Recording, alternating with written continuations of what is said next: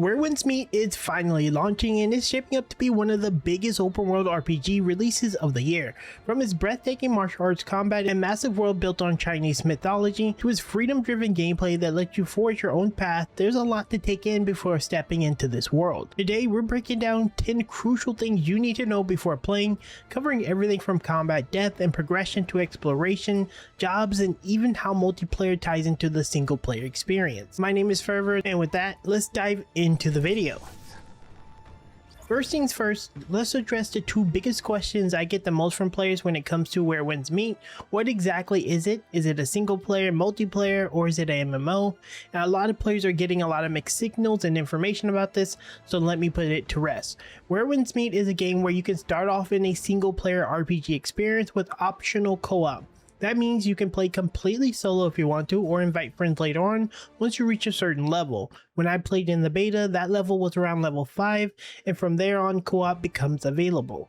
Once co-op opens up, then you have access to group dungeons, raids, and PvP, including 1v1s, 2v2s, and even massive 30v30 battles. That means it kind of transitions into an MMO. You can join guilds, explore other players' worlds, and still have options to experience the entire game solo if that's your style. But if you want to push for better gear, take on group content, or get into guild activities, the full game supports that as well. So in short, it gives you the freedom to choose exactly how you want to play. You can play as a solo adventurer or a full-scale team player. Next, let's talk about monetization, because this is going to be very important. Where Winds Meet is a full-fledged free-to-play game. You don't need to pay a single penny to jump in and start playing. Monetization is handled through two main methods: battle passes and in-game skins.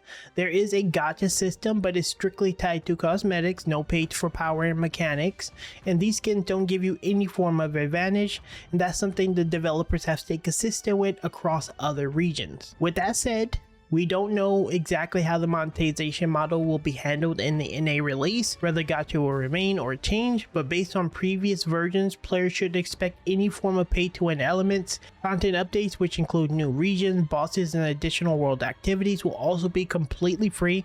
The only thing you can spend money on are battle passes and cosmetics, purely if you want to support the game. Now, for my PlayStation players wondering about the pre-order option shown in the store, don't worry, that's just a pre-order bonus.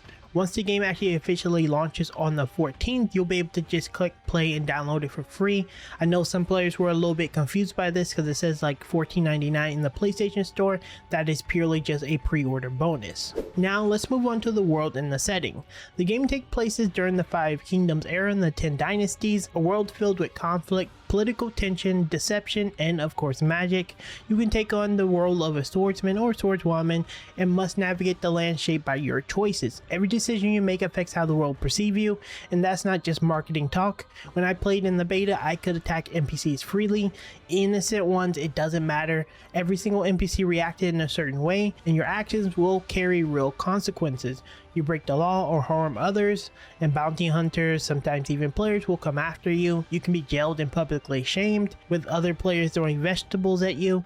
It's immersive and reactive, and it's a system that rewards or punishes your action in meaningful ways. I personally call this like a GTA of RPGs, because you actually can decide on the person you want to be. You can choose to go the light path, or you can go the rogue path. Your decision will shape pretty much how your story goes and your reputation, how people perceive you. As far as the open world content goes, expect a ton of side quests. They can actually unlock powerful skills and abilities that you won't be able to find elsewhere, so they are kind of important to some degree. You also discover hidden dungeons packed with unique martial arts, gear, and treasure. The progression loop revolves around your upgrading your character, getting stronger, and preparing for boss fights. If you ever played a game like Neo, Black Myth Wukong, or Wuchang Fallen Feathers, you could kind of get a sense of the combat in this way. Combat is fast, technical, relies on parries, blocking, and evasion, that kind of stuff. For players looking for a more challenge, then there's hardcore mode that offer high rewards and tougher enemies. And the game mixes in traditional RPG progression with MMO-like systems, so farming specific bosses with your guild or even your friends for rarer gear, prepare for large-scale raids, and improve both personal and guild power. You basically functionally have an MMO built into the game. Which brings us to our next topic, which is going to be weapons. The game features several weapons, each with distinct playstyles. Swords are balanced choices, offering strong offense and defense with fast combos and precise counters. Dual blades focus on speed and close close-up agility is perfect for players who want quick, fluid combat. Spears deliver power and reach, ideal for controlling space. Rope darts exploit enemies' weaknesses with unique mechanics, while glaives combine melee and range potential. Bows, of course, let you engage enemies from a distance, and then there's the mystic art system, allowing players to incorporate various martial art techniques into their combat. Now, there are supposed to be other weapons like katanas and glaives. I'm not exactly sure if they're going to be coming in the NA launch, so just keep an eye out for those, but there are quite a few weapons that should give you a little bit of a unique playstyle, and you can use multiple weapons at a time, so it's really cool. Now next, let's touch on occupations and social aspects. Beyond combat, you can take on different roles that make your character unique. You can be a doctor, capable of healing yourself and other players, a merchant, running shops and earning golds, an orator, skilled in persuasion, architect, able to construct building and housing, and yes, there is housing in the game, though I didn't get to fully experience it in the beta.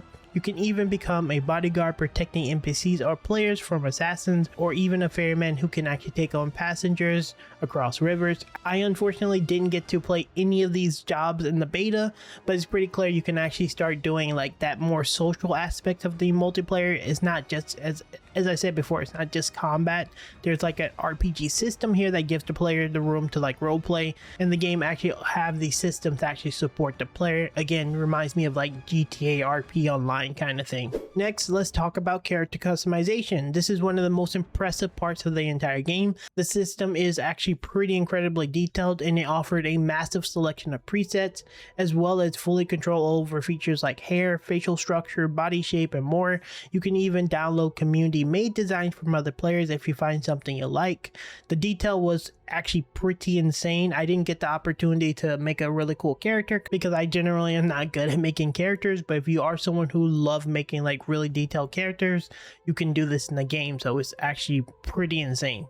I'm hoping that we can actually have a character creator while we wait for the actual launch ahead of launch. That would be really cool. And speaking of launch, here's what you need to know. On console, PlayStation 5 only, is not going to be on any other console other than PlayStation 5. The game will take up 110 gigs. On PC, storage is going to depend on the settings that you want to go with. If you're looking for low settings, it's going to be like 85 gigs. And then when you're looking for the bigger settings and more details, it's going to be 210 gigs. And then some stuff in between. And for mobile players, it's going to be 28 gigs on Android, 37 gigs on iPhone, and 47 gigabytes on iPad. The preload is going to begin on November the 12th, so that's 2 days before launch, and then the full launch is going to be, of course, on November the 14th. And there you have it, everything you need to know about Where Winds Meet before diving in. Whether you're planning to go solo, explore with friends, or just see how far you can push the game systems, there's clearly a lot here to look forward to. I'll be streaming Where Winds Meet both live here on YouTube as well as Twitch almost every day, so if you want to keep up with the game, see it in action, or just hang out with the community, make sure to drop by. If you enjoyed the video, don't forget to leave a like as well as subscribe to the channel. It helps me out immensely, and I'm going to keep you guys up to date anyway, so it's a win-win for both of us. My name is Forever, thank you so much for stopping by, and I'll see you in the next one very soon.